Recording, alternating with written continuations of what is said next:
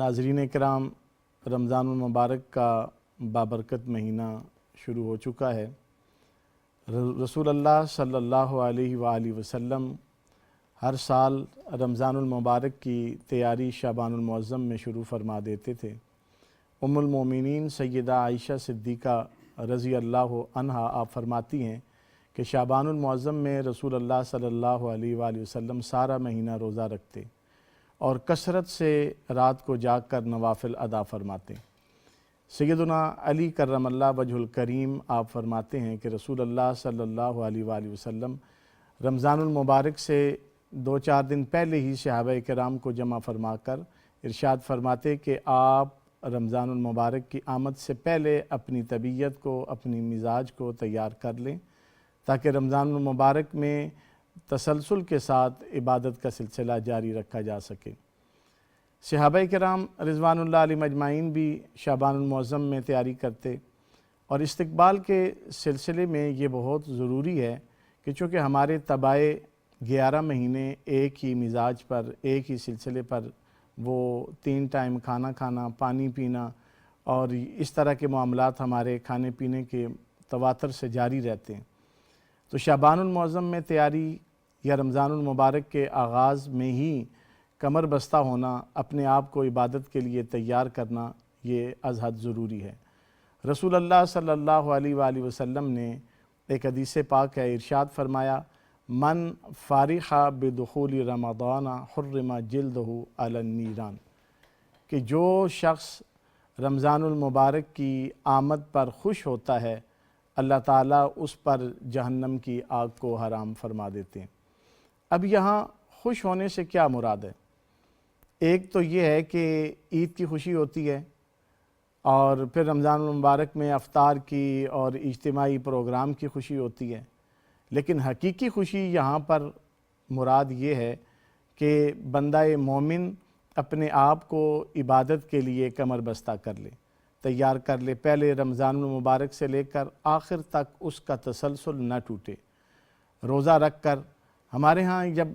مزاج تیار نہیں ہوتے تو روزہ رکھ کر پھر یہ ہوتا ہے کہ ہم یہ کہنا شروع کر دیتے ہیں کہ روزہ بڑا مشکل ہے، آج کا دن بڑا مشکل ہے، آج گرمی زیادہ ہے، آج پیاس زیادہ ہے، آج بھوک زیادہ ہے۔ یہ اسی لیے ہوتا ہے کہ ہم تیار نہیں ہوتے۔ حضور علیہ السلام نے فرمایا رمضان شہر اللہ، رمضان کریم جو ہے یہ اللہ کا مہینہ ہے، یہ سارا مہینہ اللہ کی رحمت،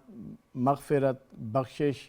جہنم سے آزادی، اس کی صبح بھی، اس کی شام بھی، اس کی راتیں بھی اللہ کے انوار و تجلیات سے، پروردگار کی معرفت سے، اللہ تعالیٰ کے نور سے، اللہ کے کرم اور فضل سے یہ مہینہ بھرا رہتا ہے۔ اس مہینے میں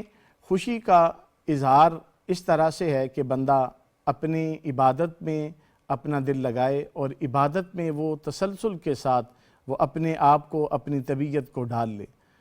جس طرح سے سحری کے لیے اٹھنا بھی عبادت ہے، سحری کھانا بھی عبادت ہے، تو وہ بھی اس کے معمول میں ہو، اس کی طبیعت پہ گراں نہ گزرے اور وقت پر اٹھ کر وہ سحری کرے۔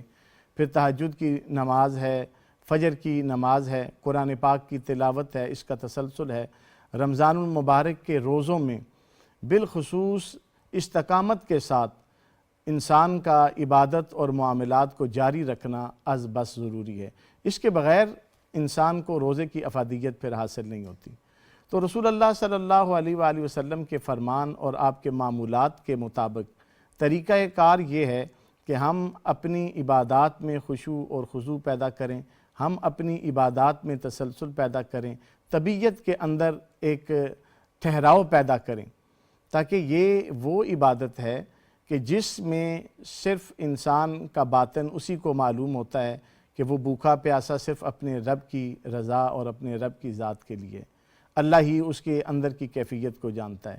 اسی لیے پھر اللہ رب العزت اس کا اجر بھی ارشاد فرماتے ہیں کہ یہ میرے لیے خاص ہے اور اس کی جزا بھی میں خود دوں گا یا میں خود ہوں۔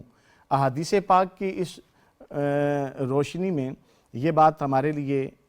واضح ہوتی ہے کہ روزہ ہماری باطنی کیفیت کا نام ہے، ہمارے باطنی معاملات کا نام ہے، اللہ تعالیٰ سے معرفت اور تعلق کا نام ہے۔ اس لیے رمضان المبارک کے آغاز میں ہی ہم اپنے ساتھ یہ عہد کر لیں کہ ہم خشوع اور خضوع کے ساتھ اور بڑی یکسوئی کے ساتھ روزہ رکھیں گے اور استقامت روی کا مظاہرہ کریں گے۔ ہم پر جو بھی کیفیت ہوگی، ہمارے جو بھی معاملات ہوں گے، وہ ہمارے اور رب کے درمیان ہوں گے، ان کا اظہار ہم لوگوں کے سامنے نہیں کریں گے۔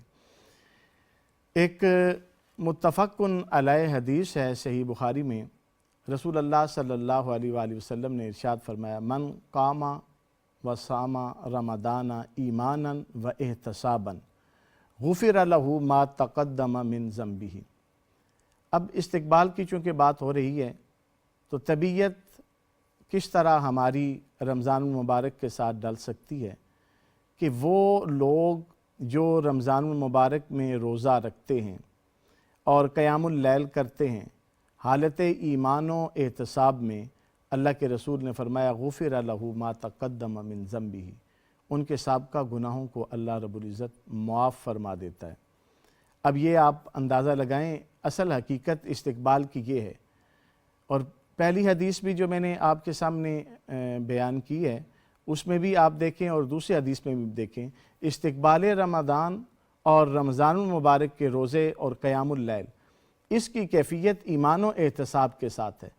ہم کچھ اس میں اضافہ کر دیتے ہیں اور کچھ ایسی چیزیں ہم سے غلو ہو جاتا ہے کہ جس کا حقیقت سے تعلق نہیں ہے، کہ یہ میسیج رمضان المبارک کی آمد کا، استقبال کا، اس کی اطلاع اتنے لوگوں کو دیں تو آپ پر جنت واجب ہے، ایسی کوئی حدیث نہیں ہے۔ حضور علیہ الصلوۃ والسلام نے یہ ضرور فرمایا کہ من فارخ بدخول رمضان حرم جلدہ علی النیران، یعنی جو خوش ہوتا ہے کہ اللہ کی رحمتوں کا مہینہ، اللہ کے فضل کا مہینہ، اللہ کے کرم کا مہینہ، اللہ کے انوار و تجلیات کا مہینہ، بخشش کا مہینہ، مغفرت کا مہینہ، جہنم سے آزادی کا مہینہ۔ ایک حدیث میں سیدنا علی کرم اللہ وجہ الکریم فرماتے ہیں کہ حضور نے ارشاد فرمایا کہ پروردگار اس مہینے میں شیاطین کو جکڑ لیتے ہیں اور جنت کے دروازے کھول دیتے ہیں اور جہنم کے دروازے بند کر دیے جاتے ہیں۔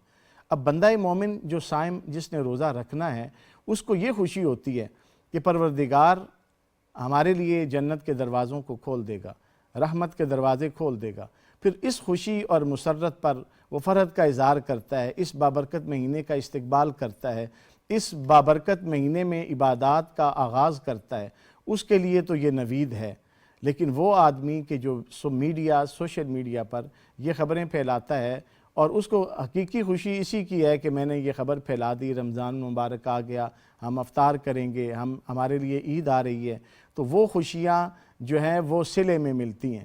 روزہ رکھنے کے صلے میں اللہ رب العزت ہمیں وہ عید کی جو خوشی ہے وہ عطا فرماتا ہے۔ لیکن اس خوشی کا تعلق اس سے نہیں ہے کہ آپ حقیقت رمضان کو کھو دیں، آپ استقبال رمضان کے جو اصل کیفیت ہے آپ اس کو بھول جائیں۔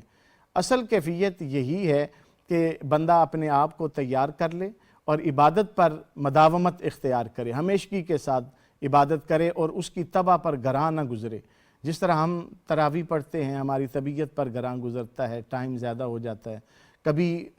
گرمی ہونے کی وجہ سے ہمارے لیے روزہ دشوار ہو جاتا ہے، تو پھر اس طرح کے معاملات میں واویلا کرنا، لوگوں سے یہ اپنی کیفیت کو شیئر کرنا، یہ بندے کا جو اپنے خالق کے ساتھ، اپنے معبود حقیقی سے جو تعلق ہے وہ پھر اس میں خلا پیدا ہوتا ہے۔ تو استقبال کی کیفیت اللہ کے نبی نے جو ارشاد فرمائی ہے وہ یہی ہے کہ من قام و صام رمضان ایمانا و احتسابا غفر لہ ما تقدم من ذنبہ، کہ جو حالت ایمان و احتساب میں، حالت ایمان میں یہی ہے کہ وہ پختہ اپنی عقائد اور کیفیات کے ساتھ روزہ رکھے، اللہ کی بندگی سمجھتے ہوئے، اللہ کی بندگی کرتے ہوئے، اور حالت احتساب یہ ہے کہ وہ روزانہ اپنا احتساب کرے، روزانہ دیکھے کہ اس نے آج کا روزہ اس کا پہلے سے کیسا گزرا ہے، اور روزانہ یہ پورے مہینے کا تسلسل ہے کہ وہ ہر روز اپنے روزے کی کیفیت کو جانچے، اپنی تلاوت میں دیکھے کہ کس درجہ اضافہ ہوا ہے، اپنے نوافل میں بندگی میں دیکھے کہ کس درجہ اضافہ ہوا ہے۔ ہر دن اگر دوسرے آنے والا جو دن ہے وہ پہلے سے بہتر ہے تو یقیناً سمجھ لیں کہ یہ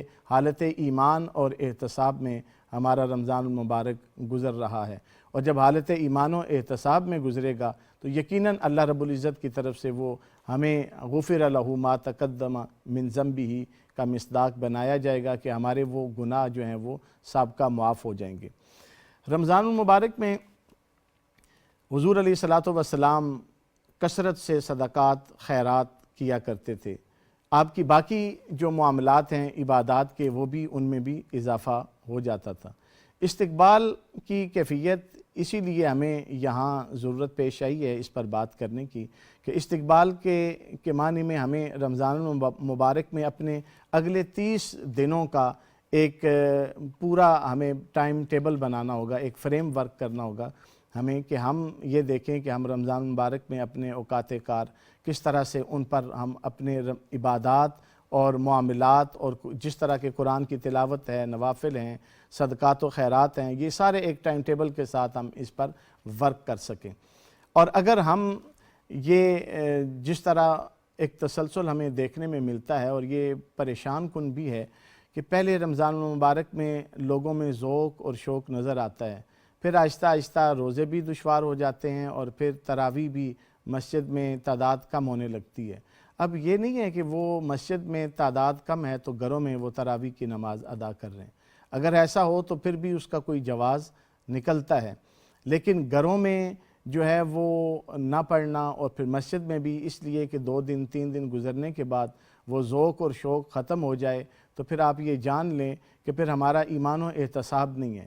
ایمان و احتساب یہ ہے کہ ہر گزرے ہوئے دن کے بعد جب اگلا دن شروع ہوتا ہے تو ہماری لذت میں, ہمارے سرور میں, ہمارے ایمان میں اضافہ ہوتا ہے, ہمیں اس میں سکون ملتا ہے. اور یہی کیفیات جو ہیں بندہ مومن کے لیے لذت اور فرحت اور خوشی کا باعث ہیں, تقویت کا باعث ہیں, اس کے ایمان کے اعتبار سے بھی اور صحت کے اعتبار سے بھی. رمضان المبارک کے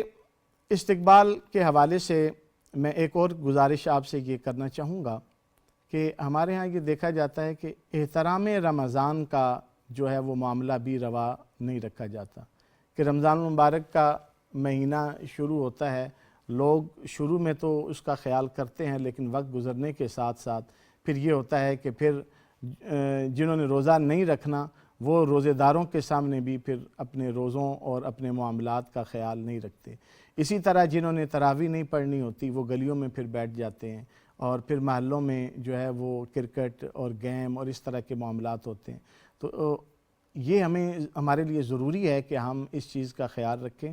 کہ استقبال جس طرح ہم کرتے ہیں اسی طرح ہم اس کو انجام تک لے کر جائیں. یہ ہمارا جوش ولولہ, یہ کیفیات ہماری آخر دم تک رہنی چاہیے. اللہ کے حضور یہ دعا ہے کہ اللہ رب العزت اس بابرکت مہینے کے توسل سے ہمیں عبادات پر مداومت عطا فرمائے, استقامت عطا فرمائے, خشوع اور خضوع عطا فرمائے. اللہ رب العزت اپنی ہی ذات کے لیے ہمیں اپنی بارگاہ میں خالصتاً اپنی رضا کے لیے جھکنے کی توفیق عطا فرمائے. ہمارے روزے, ہماری نمازیں اللہ رب العزت ہماری زندگی اور موت اپنے ہی لیے خالص فرمائے اور قبول فرمائے. وآخر دعوانا ان الحمد للہ رب العالمین.